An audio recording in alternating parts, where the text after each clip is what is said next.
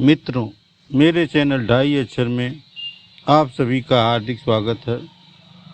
मित्रों, आज के वीडियो में सदगुरु कबीर साहब के उस अध्याय की शुरुआत करने जा रहा हूँ जो अभी चल ही रहा है। कामी नर को अंग, अध्याय का नाम है कामी नर को अंग।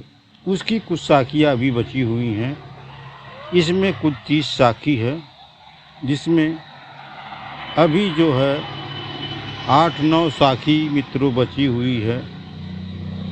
यहाँ हम बताते चलें कि सदगुरु कबीर साहब ने यहाँ कामी पुरुष और कामनी नारी के बारे में बहुत कुछ बताने का प्रयास किया है, समझाने का प्रयास किया है।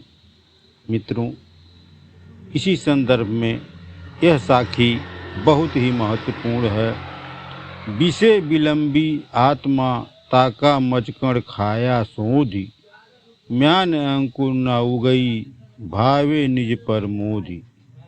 मित्रों, सदगुरु कबीर साहब कहते हैं कि हे आत्मा, ये आत्मा जो है विषय वासनाओं में भटक रही है, लटकी हुई है।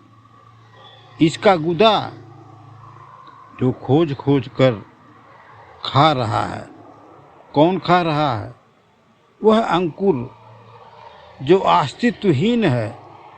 इस कारण उसे ज्ञान का अंकुर उसमें फूटता ही नहीं। उसकी बुद्धि भ्रष्ट है। वह निज यथार्थ अपने द्वारा वही मार्ग को चुनता है जो उसके लिए प्रतिबंधित है। मित्रों, इस विषयों से वह कभी भी अलग नहीं होता। कहने का तात्पर्य है कि सदगुरु कबीर साहब कहते हैं कि आत्मा जो है ये विषय वासनाओं में ऐसी भटक गई है कि वह उसे कुछ भी याद नहीं रहता और उसके ज्ञान का अंकुर भी कभी नहीं फूटने वाला, कभी भी वो ज्ञान अर्जित नहीं करता है। और इसी तरह जो है विषय वासनाओं के चक्कर में से कभी वो जो है अलग नहीं होता। मित्रों, इस वीडियो की दूसरी साखी जो इस प्रकार है। विषय कर्म की कुंडली पहरी हुआ नर आग, सिर फोड़े सूझे नहीं कोई आगिला भाग। मित्रों, इस साखी का अर्थ है, सदगुरु कबीर साहब कहते हैं कि यह प्राणी विषय वासनाओं रूपी कर्मों के केचुली धारण कर लिया है। जैसे नाग केचुल धारण करके अंधा हो जाता है, उसी प्रकार आज का मानव, आज का प्राणी कर्मों की केचुली, बुरे कर्मों, विषय वासनाओं की कोचली वह धारण कर लिया है। इससे उसे कुछ भी दिखाई नहीं पड़ता। जैसे कि नाग जो है केचुल धारण करने के बाद कुछ नहीं दिखाई पड़ता। मित्रों, उस प्राणी को क्या शुभ है, क्या अशुभ है, क्या पाप है, क्या पुण्य है, क्या अच्छा है, क्या बुरा है, क्या उसके हित में है, क्या उसके हित में नहीं है, सारी चीज़ें वह प्राणी को सोचने की क्षमता नहीं रह जाती है। वो सोच ही नहीं पाता है। वह चाहे जितना भी सर पटक ले, अर्थात चाहे कितना प्रयत्न कर ले, जितना भी कोशिश कर ले, मगर कर्मों के बंधन से वो कभी भी मुक्त नहीं होता।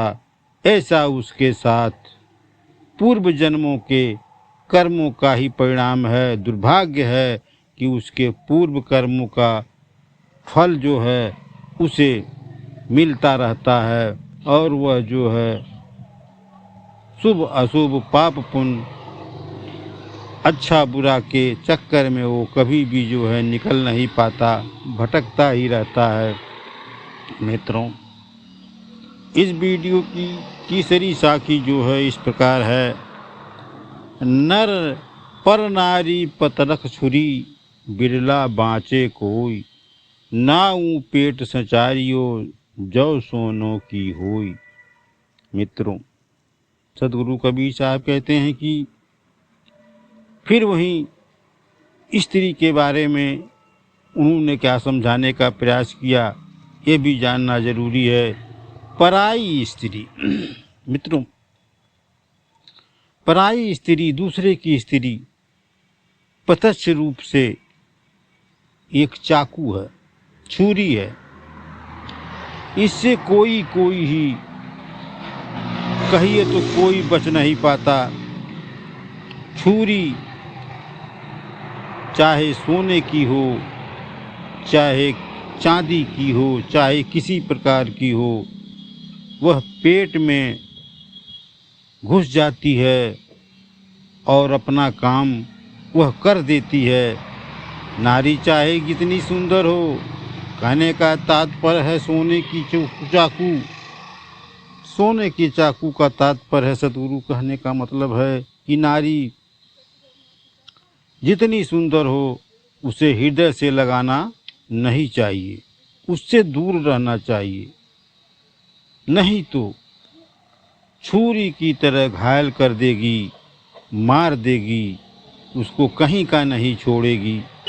मित्रों, इस वीडियो की आखिरी साखी जो इस प्रकार है, कामनी सुंदर सर्पनी जो छेड़े तिहि खाई, जे हरिचरना राचियाँ तिनके निकट न जाई।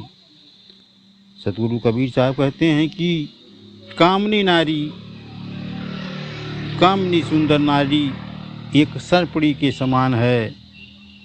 जो उसे छेड़ता है उसे वो डस लेती है, उसे खा लेती है। कहने का तात्पर्य है, सदगुरु जी का कहने का तात्पर्य है कि जो ही हरिचरणों के अनुरुक्त है वह उनके पास नहीं आती। कामनी यहाँ माया के प्रतीक के रूप में प्रस्तुत की गई है। कामनी सुंदर सर्पणी है, सांप है, जो उसे छेड़ता है उसे वो डस लेती है। जो हरि के चरणों से अनुरुक्त है वह उसके पास नहीं जाती। मित्रों, कामनी का अर्थ ही यहाँ माया के प्रतीक रूप में प्रस्तुत किया गया है। मित्रों, आज का वीडियो समाप्त होता है। अगर ये वीडियो आपको अच्छा लगा तो मेरे चैनल ढाई अक्षर को सब्सक्राइब करिए, लाइक करिए, शेयर करिए, कमेंट भी करिए। मिलती हैं एक ऐसी ही आध्यात्मिक वीडियो के साथ। वीडियो देखने के लिए मित्रों दिल से धन्यवाद।